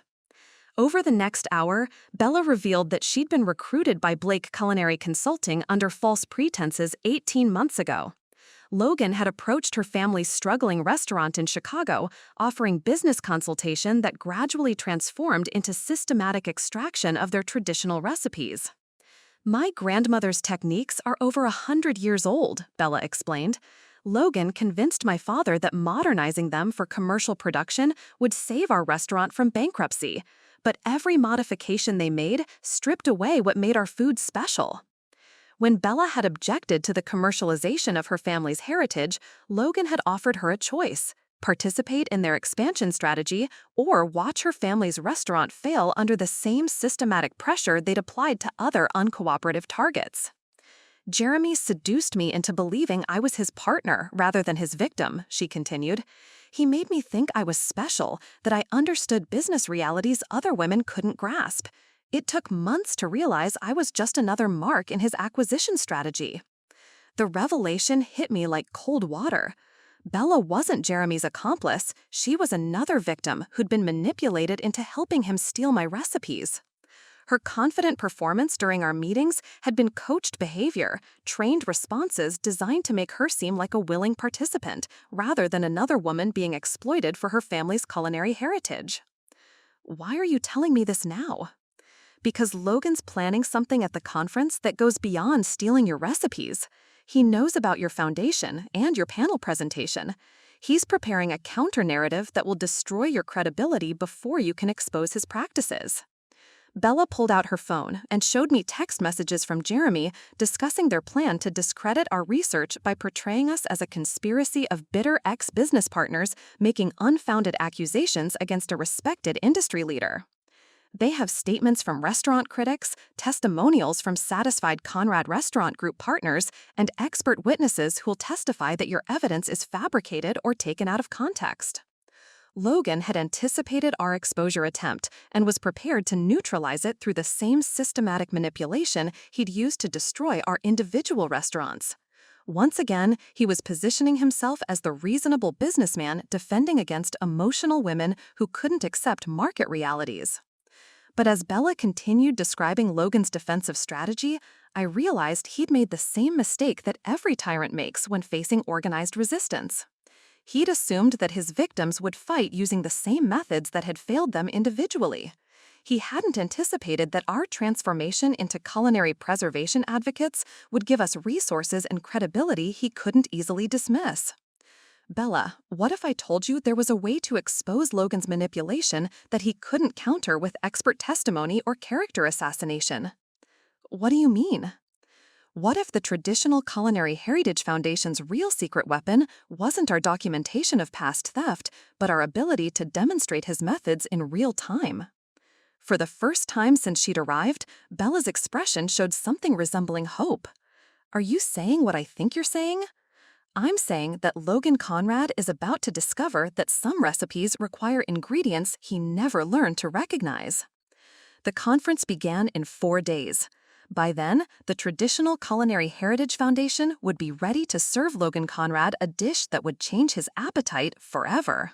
The Las Vegas Convention Center buzzed with the energy of 3,000 food industry professionals gathering for the National Restaurant Association's annual conference.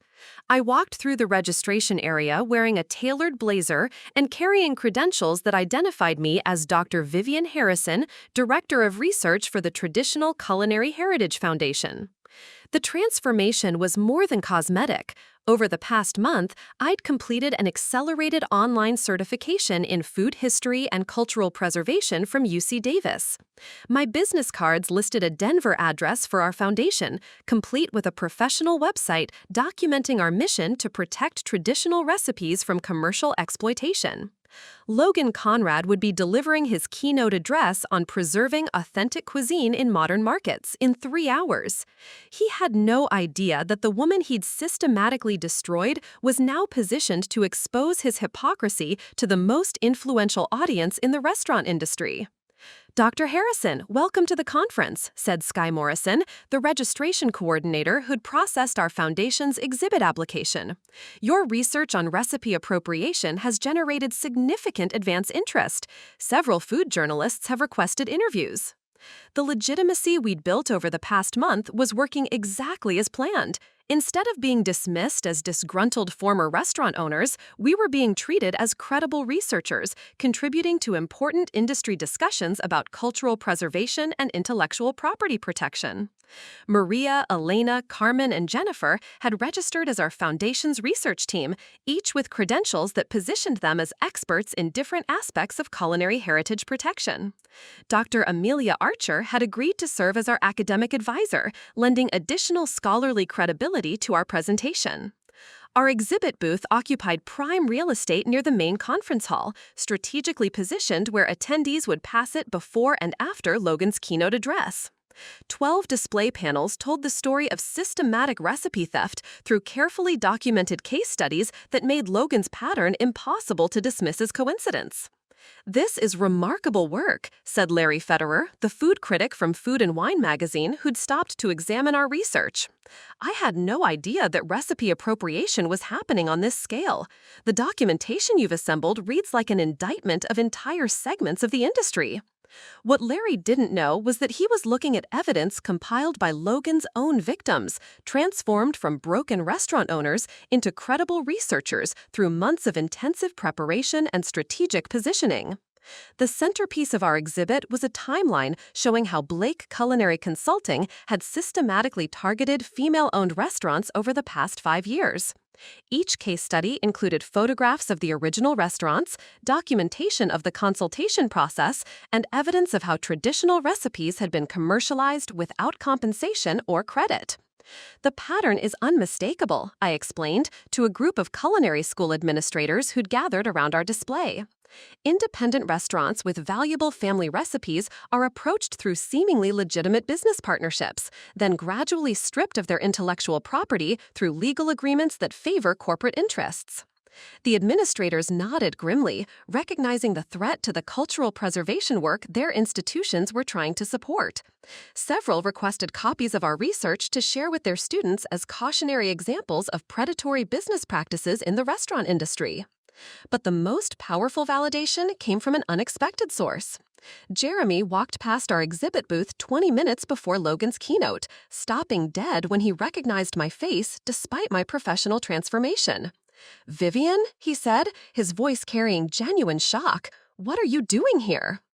"Conducting research on recipe appropriation and cultural exploitation in the restaurant industry," I replied, maintaining the calm professionalism I'd practiced for weeks. "I'm Dr. Harrison now, Director of Research for the Traditional Culinary Heritage Foundation." Jeremy's expression shifted through confusion, recognition, and finally something approaching fear, as he understood what our exhibit represented. He'd spent months documenting my emotional attachment to family traditions, assuming that sentimentality would make me vulnerable to manipulation. He'd never imagined that I could transform that attachment into scholarly expertise and professional credibility. "This is," he started, then stopped, clearly struggling to process how the woman he'd systematically destroyed had emerged as a respected researcher at the industry's most important conference. This is what happens when you underestimate someone's capacity for reinvention, I finished for him. Your keynote speaker is about to deliver an address on preserving authentic cuisine to an audience that's just spent the morning learning about his systematic theft of traditional recipes. Jeremy's face went pale as he realized the trap that was closing around Logan's carefully constructed reputation. Our exhibit hadn't just documented past crimes, it had positioned Logan's keynote address as the perfect platform for exposing his hypocrisy to 3,000 industry professionals. "You can't do this," Jeremy said, his voice carrying the desperation of someone who finally understood the scope of his miscalculation. "Actually, I can. The Traditional Culinary Heritage Foundation is a legitimate research organization contributing to important industry discussions about cultural preservation. Everything we're presenting is documented, verified, and academically sound." Jeremy looked around at the crowd of food industry professionals studying our research with genuine interest and growing outrage. Restaurant owners recognizing similar patterns in their own experiences. Food critics realizing they'd been unknowingly promoting stolen recipes. Culinary educators understanding the threat to cultural traditions they were trying to preserve. Logan won't let this stand, Jeremy said, finally. Logan Conrad is about to discover that some traditions are more powerful than corporate legal teams. In 15 minutes, he'll walk onto that stage to deliver a keynote address about authentic cuisine and cultural preservation. And sitting in that audience will be 3,000 people who've just learned about his systematic theft of the very traditions he claims to champion. Jeremy walked away without another word, undoubtedly rushing to warn Logan about the public relations disaster that was about to unfold. But it was too late for damage control. The Traditional Culinary Heritage Foundation had already transformed Logan's moment of triumph into the platform for his professional destruction. As I watched Jeremy disappear into the crowd, I realized that my metamorphosis was complete. I was no longer Vivian Harrison, the emotional chef whose attachment to tradition had made her an easy target for manipulation.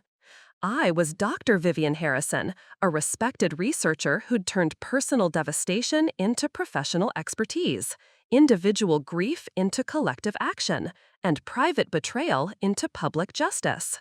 Logan Conrad had destroyed my restaurant, but he'd created something far more dangerous. A woman who understood his methods better than anyone and had the credibility to expose them to the people who mattered most. In 10 minutes, his keynote address would begin, and I'd be sitting in the front row, ready to ask the questions that would end his career. Logan Conrad took the stage with the confident swagger of a man who believed his reputation was unassailable. The convention hall buzzed with 3,000 food industry professionals eager to hear insights from one of the most successful restaurant entrepreneurs in the Midwest. He had no idea that his audience had just spent the morning learning about his systematic theft of traditional recipes. Authentic cuisine is under threat, Logan began, his voice carrying the passionate conviction of someone genuinely committed to cultural preservation. In an industry driven by profit margins and efficiency, we're losing the family traditions that make food meaningful. Today, I want to talk about how successful restaurateurs can protect and honor these irreplaceable culinary legacies. The irony was so thick it was suffocating. I sat in the front row with my notebook, documenting every statement that contradicted the evidence we'd assembled about his actual practices. Behind me, food journalists and industry executives listened with genuine interest to his message about preserving authenticity, unaware they were hearing from the man who'd systematically destroyed more traditional restaurants than anyone else in the region. The key to preserving authentic cuisine, Logan continued, is finding the right balance between honoring tradition and adapting to modern market realities. Family recipes that remain locked away in single restaurants serve no one when those establishments fail due to poor business practices. Poor business practices. The same phrase Jeremy had used to justify the systematic destruction of Maria's restaurant, Elena's gelato shop, and a dozen other establishments that had been forced out of business by Logan's coordinated pressure campaigns. At Conrad Restaurant Group, we believe that traditional techniques deserve a wider audience. When we partner with family restaurants, we help them scale their operations while maintaining the authentic methods that make their food special. Not acquire, steal, or appropriate, Logan had spent years perfecting the language that made exploitation sound like collaboration. During the question and answer session, I raised my hand and waited for Logan to call on me. When he did, I stood and identified myself clearly. Dr. Vivian Harrison, Traditional Culinary Heritage Foundation. Mr. Conrad, your message about preserving authentic cuisine is compelling. Could you comment on the Foundation's research showing that Blake Culinary Consulting has been involved in the closure of 15 independent restaurants over the past 5 years, all of which featured traditional family recipes that now appear in Conrad Restaurant Group establishments? The convention hall fell completely silent. Logan's confident expression faltered for just a moment before he recovered his composure, but I could see the calculation happening behind his eyes as he processed the threat I represented. "I'm not familiar with that specific research," Logan replied carefully. "However, I can say that Blake Culinary Consulting works exclusively with restaurants that voluntarily seek our business partnership services.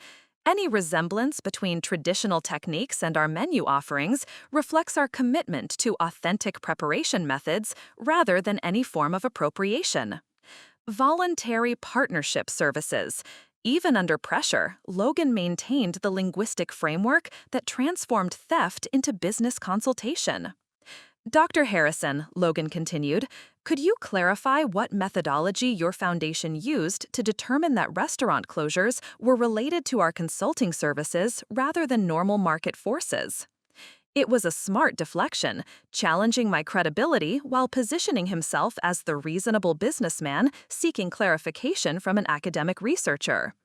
But Logan had made one crucial mistake. He'd assumed I was making accusations without evidence. Certainly, our methodology included analysis of business partnership agreements, financial records, supplier contracts, and documented communications between Blake Culinary Consulting and targeted restaurants. We also conducted interviews with former employees, family members, and community leaders who witnessed the systematic extraction of traditional recipes through relationship-based acquisition strategies. The phrase relationship-based acquisition strategies hit Logan like a physical blow. It was taken directly from Jeremy's own business website, the clinical description of how romantic manipulation was used to steal recipes from female chefs. Logan's face went pale as he realized I wasn't just making general accusations. I had specific knowledge of their methods. The Foundation's research documents a pattern where independent restaurants with valuable family recipes are approached through seemingly legitimate business partnerships, then gradually stripped of their intellectual property through legal agreements that transfer cultural heritage to corporate ownership without meaningful compensation. Around the convention hall, food industry professionals were taking notes, asking questions of their neighbors, and pulling out phones to search for information about the traditional Culinary Heritage Foundation. The mood in the room was shifting from polite attention to genuine concern as Logan's practices were exposed to public scrutiny. "Furthermore," I said, "our research reveals that restaurants refusing partnership terms often experience mysterious operational difficulties, including supplier cancellations, health department investigations, and insurance complications that force closure within months of declining Conrad Restaurant Group's offers." Logan's careful composure was cracking under the weight of my systematic exposure. He'd expected questions about business practices, maybe some challenges about authenticity claims. He hadn't anticipated a comprehensive indictment of his entire operation delivered by someone with academic credentials and documented evidence. "Dr. Harrison, these are serious allegations," Logan said, trying to regain control of the narrative. "I hope your foundation has thoroughly verified this information before presenting it to industry professionals." "Absolutely. Our documentation includes over 300 pages of evidence spanning 5 years of Blake Culinary Consulting's operations. The Traditional Culinary Heritage Foundation stands behind our research methodology and findings." The damage was already done. Regardless of how Logan responded, 3,000 food industry professionals had just learned that the man delivering a keynote about preserving authentic cuisine was systematically stealing traditional recipes from the very communities he claimed to support. As Logan struggled to formulate a response that wouldn't further incriminate him, I realized that our months of preparation had achieved something more powerful than revenge. We'd transformed personal devastation into professional accountability, individual grief into institutional change. Logan Conrad had built his empire by isolating his victims and controlling the narrative around his practices. But the Traditional Culinary Heritage Foundation had brought his crimes into the light where they couldn't be dismissed, minimized, or explained away. His keynote address about authentic cuisine had become his public confession. The aftermath of Logan's keynote was swift and devastating. Within hours, food journalists were calling for statements, culinary school administrators were questioning their relationships with Conrad Restaurant Group, and restaurant investors were demanding explanations about the systematic theft allegations. But the most damaging blow came from an unexpected source. During the evening networking reception, 3 more women approached our exhibit booth with stories that followed the same predatory pattern Logan had perfected over the years. "I saw your presentation this morning," said Lorelei Blake, a pastry chef from Seattle whose French bakery had closed 6 months earlier. "Everything you described happened to my family's patisserie. The consultation meetings, the gradual extraction of our techniques, the mysterious supplier problems when we tried to back out." Her testimony provided real-time validation of our research, demonstrating that Logan's theft wasn't historical misconduct but ongoing criminal activity. Word spread quickly through the conference networking events, and by evening, Logan found himself isolated at industry gatherings where he'd once been the center of attention. Jeremy approached me during the final reception, his confident demeanor replaced by desperate calculation.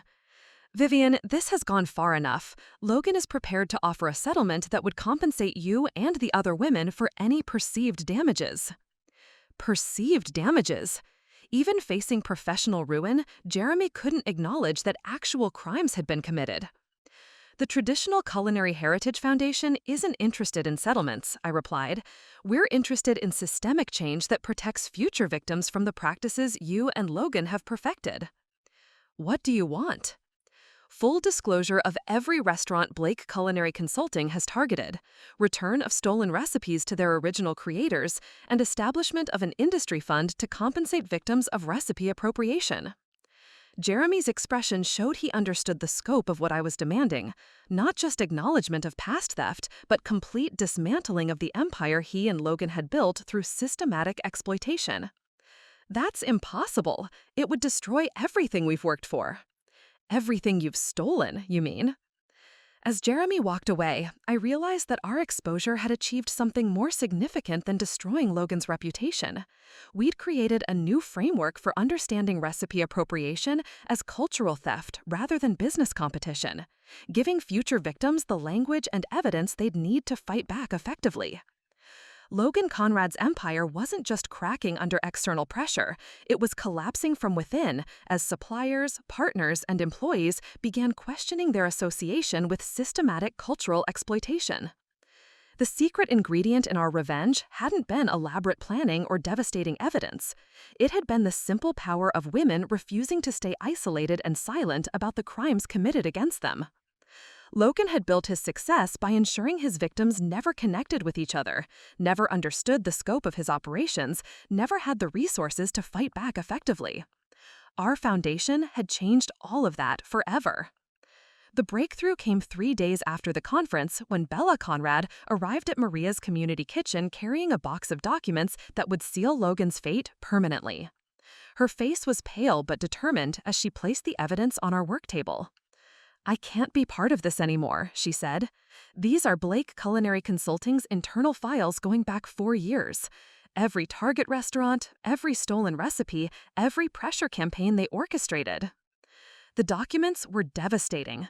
Detailed profiles of female-owned restaurants with analysis of their acquisition potential, strategic timelines for extracting recipes through romantic manipulation, financial projections showing expected profits from commercializing stolen family techniques. But the most damaging evidence was a series of recorded conversations between Logan and Jeremy discussing their methods with clinical detachment.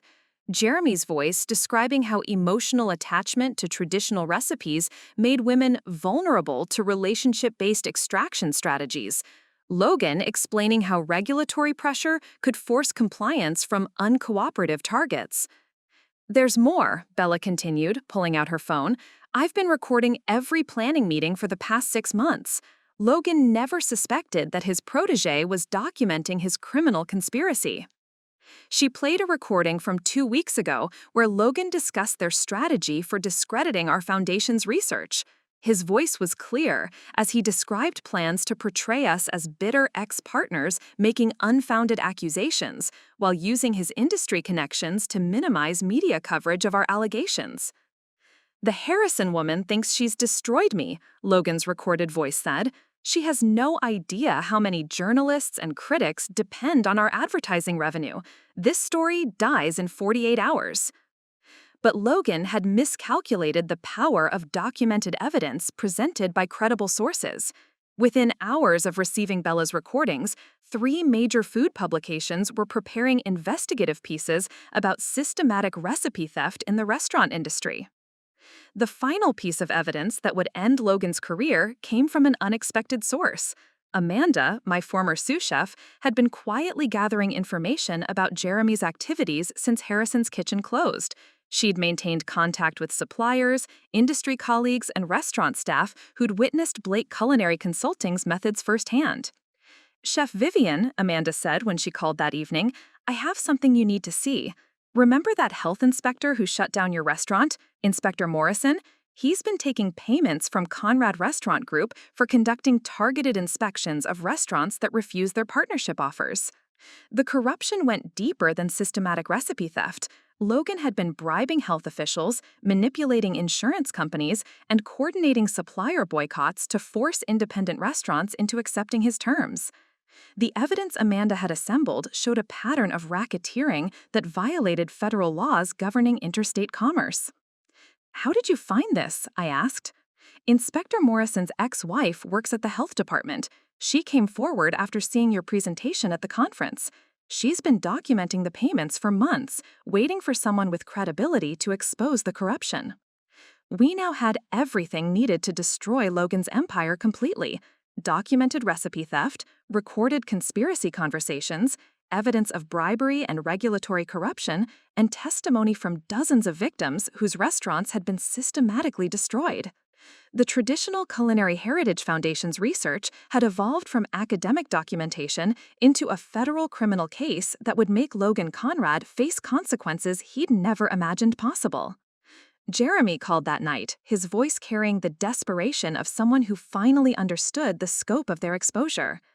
"Vivian, Logan's willing to dissolve Blake Culinary Consulting and return all disputed recipes to their original creators. Full compensation, public apology, whatever you want." "It's too late for negotiations, Jeremy. The Traditional Culinary Heritage Foundation is turning our evidence over to federal investigators tomorrow morning." The silence on the other end told me everything I needed to know. Logan's empire wasn't just cracking under pressure, it was about to be dismantled by the same legal system he'd been manipulating to destroy his victims. My secret ingredient had been patience, preparation, and the power of women who refused to stay silent about crimes committed against them. Logan Conrad was about to discover that some recipes can't be stolen, only earned through decades of genuine dedication to the craft. The federal courtroom was packed with food industry professionals, journalists, and victims of Logan Conrad's systematic theft when I took the witness stand 6 months later. As lead researcher for the Traditional Culinary Heritage Foundation, I was testifying in the criminal case that would determine whether Logan and Jeremy faced decades in prison for racketeering, fraud, and conspiracy. "Dr. Harrison," the prosecutor began, "please explain to the jury how you first became aware of the defendant's criminal enterprise." I looked directly at Jeremy, sitting at the defense table in an expensive suit that couldn't hide the fact that his entire world was collapsing. Logan sat beside him, no longer the confident entrepreneur who delivered keynote addresses about authentic cuisine, but a broken man facing the consequences of years of systematic exploitation. "I discovered their crimes when they targeted my restaurant and my marriage," I said clearly. "Jeremy Blake spent 8 years documenting my family's traditional recipes while posing as my loving husband. Logan Conrad's organization had been planning to steal my grandmother's culinary techniques and commercialize them without compensation or credit." The prosecutor led me through our evidence methodically.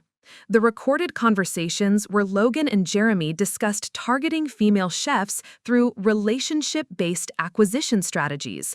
The financial documents showing how stolen recipes generated millions in revenue for Conrad Restaurant Group.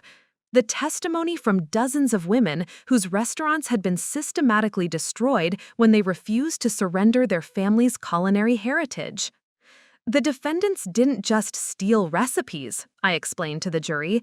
They destroyed entire communities' connections to their cultural traditions. When you commercialize a grandmother's technique without understanding its history or meaning, you're not preserving authenticity, you're erasing it. During cross-examination, Logan's attorney tried to portray our foundation as a group of bitter ex-business partners seeking revenge against successful entrepreneurs. Dr. Harrison, isn't it true that your organization was formed specifically to target my client after your own restaurant failed due to normal market forces? The Traditional Culinary Heritage Foundation was formed to document and prevent the systematic theft of cultural property from independent restaurants, I replied. Mr. Conrad's criminal enterprise wasn't normal market forces, it was organized crime disguised as business consultation. The attorney pressed harder. But you personally benefited from destroying my client's reputation, didn't you? Your foundation has received significant donations and media attention as a result of these accusations.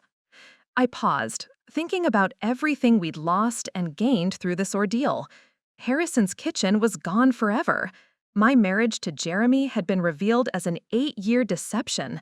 The life I'd built before Logan's theft seemed like it belonged to someone else entirely. What I gained, I said finally, was the understanding that some things are more important than individual success. Traditional recipes represent generations of family history, cultural survival, and community identity. When someone steals those techniques for profit, they're not just harming individual restaurants, they're committing cultural genocide.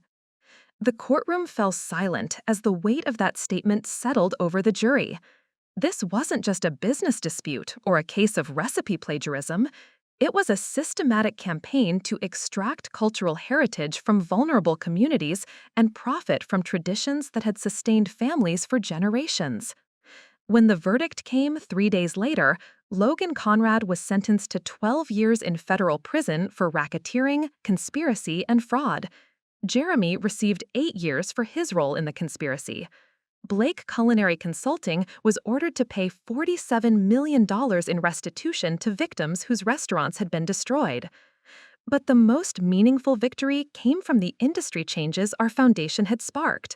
The National Restaurant Association established new ethical guidelines for recipe sharing and cultural appropriation. Culinary schools began teaching courses on protecting traditional techniques from commercial exploitation. Food critics started investigating the origins of authentic dishes before reviewing restaurants claiming traditional methods. As I walked out of the courthouse that day, I realized that my transformation was complete. I was no longer Vivian Harrison, the chef whose emotional attachment to tradition had made her vulnerable to manipulation. I was Dr. Vivian Harrison, whose dedication to protecting cultural heritage had changed an entire industry's understanding of what authentic cuisine really means. Jeremy had tried to steal my identity and commercialize my family's legacy. Instead, he'd helped me become someone more powerful than I'd ever imagined possible. The secret ingredient he'd never learned to recognize was the transformative power of women who refuse to let their stories end with someone else's betrayal. 2 years later, I stood in the kitchen of the Traditional Culinary Heritage Center, watching Maria teach a class of 20 immigrant women how to document and protect their family recipes from commercial exploitation. The converted warehouse had become something Logan Conrad never could have imagined. A thriving community space where traditional techniques were preserved through education rather than extraction. The restitution money from Logan's conviction had funded the center's establishment, along with similar facilities in Phoenix, Albuquerque, and Portland. Each location offered free classes in food safety, business planning, and intellectual property protection, ensuring that future generations of family restaurants would be equipped to resist predatory practices. Chef Vivian, Maria called from across the kitchen, Mrs. Rodriguez wants to know about trademarking her grandmother's tamale recipe. I smiled, watching the elderly woman carefully writing down instructions for protecting her family's culinary heritage. 2 years ago, she would have been vulnerable to the same manipulation tactics that had destroyed so many restaurants. Now, she understood that traditional recipes had legal value and could be protected from commercial appropriation. The center had documented over 300 traditional recipes in its first year, creating a digital archive that preserved authentic techniques while ensuring the creators maintained ownership and control. Food historians from universities across the country used our research to understand how immigrant communities had maintained cultural identity through cuisine. But the most meaningful transformation had been personal. Amanda had joined our staff as head of operations, bringing organizational skills that had turned my vision into a sustainable reality. Elena ran our gelato preservation program, teaching artisanal techniques to small business owners who wanted to honor traditional methods. Carmen managed our outreach to Latino communities, ensuring that family recipes were protected rather than appropriated. Even Bella had found redemption through our work. After testifying against Logan and Jeremy, she'd enrolled in culinary school and now specialized in documenting authentic Italian-American techniques that had been lost to commercialization. Her grandmother's recipes had been returned to her family and were featured prominently in our heritage collection. The industry changes we'd sparked continued expanding beyond our initial goals. 3 major restaurant chains had been forced to remove traditional dishes from their menus after investigations revealed they were based on stolen techniques. Food critics now routinely asked about recipe origins before reviewing establishments claiming cultural authenticity. Jeremy had been released from prison 6 months early for good behavior, but his career in food service was permanently destroyed. Blake Culinary Consulting had been dissolved, its assets liquidated to pay restitution to victims. Logan remained incarcerated, his restaurant empire sold to pay legal judgments and criminal fines. That evening, I found myself alone in the center's main kitchen, working with my grandmother's sourdough starter that had survived everything Jeremy and Logan had tried to steal. The culture was thriving, more active and flavorful than it had been during the stressful months when Harrison's kitchen was under attack. As I shaped bread for tomorrow's community meal, I reflected on how completely my life had transformed. The woman who'd built Harrison's kitchen was talented but naive, trusting others with her most precious secrets without understanding how that vulnerability could be exploited. Dr. Vivian Harrison was different, stronger, more aware of how power operated in professional relationships, but also more connected to community, more committed to ensuring that other women didn't face the same systematic exploitation that had nearly destroyed me. My phone buzzed with a text from a food journalist in Atlanta. "Dr. Harrison, we're investigating a restaurant group that may be using stolen recipes from African American family establishments. Would the Traditional Culinary Heritage Foundation be willing to consult on this story?" I smiled, already mentally planning our response. Logan Conrad and Jeremy Blake had thought they could steal my identity and profit from my family's legacy. Instead, they'd helped create something more powerful than they could have imagined, a network of women who understood their methods and had the resources to stop them. Some recipes, I'd learned, become more potent when they're shared with the right people. The secret ingredient Logan had never tasted was the transformative power of community, and now that recipe was being passed to every woman who needed it. The Traditional Culinary Heritage Foundation's work was just beginning. 5 years after Jeremy first demanded I cook for his girlfriend's family, I stood in the kitchen of Harrison's Heritage, the restaurant I'd opened on the site where my original establishment had been destroyed. But this wasn't just a return to my old life. It was something entirely new. The dining room buzzed with conversation in 6 different languages as families from Denver's immigrant communities gathered for our weekly community dinner. Each table featured dishes prepared by women who'd learned to protect their recipes through our foundation's programs. Mrs. Chen served hand-pulled noodles her grandmother had taught her in Shanghai. Rosa Martinez offered tamales made with techniques passed down through 4 generations. Fatima Al-Hassan shared her mother's Lebanese kibbeh, prepared exactly as it had been in Beirut decades ago. But these weren't stolen recipes commercialized for profit. They were freely shared traditions, prepared by their creators and served with stories about the families and histories that made each dish meaningful. The women who cooked here owned their techniques, controlled their presentation, and received full credit and compensation for their cultural contributions. Chef Vivian, Amanda called from the pass, where she now served as executive chef while I focused on the foundation's expansion. Table 7 wants to know if you'll share the story about your grandmother's sourdough starter. I smiled, wiping my hands on the apron that bore the traditional Culinary Heritage Foundation's logo instead of my personal name. The sourdough culture bubbled peacefully in its new home, thriving in an environment where its history was respected rather than exploited. Walking to table 7, I found a young culinary student and her parents, all eager to understand how traditional techniques survived and evolved across generations.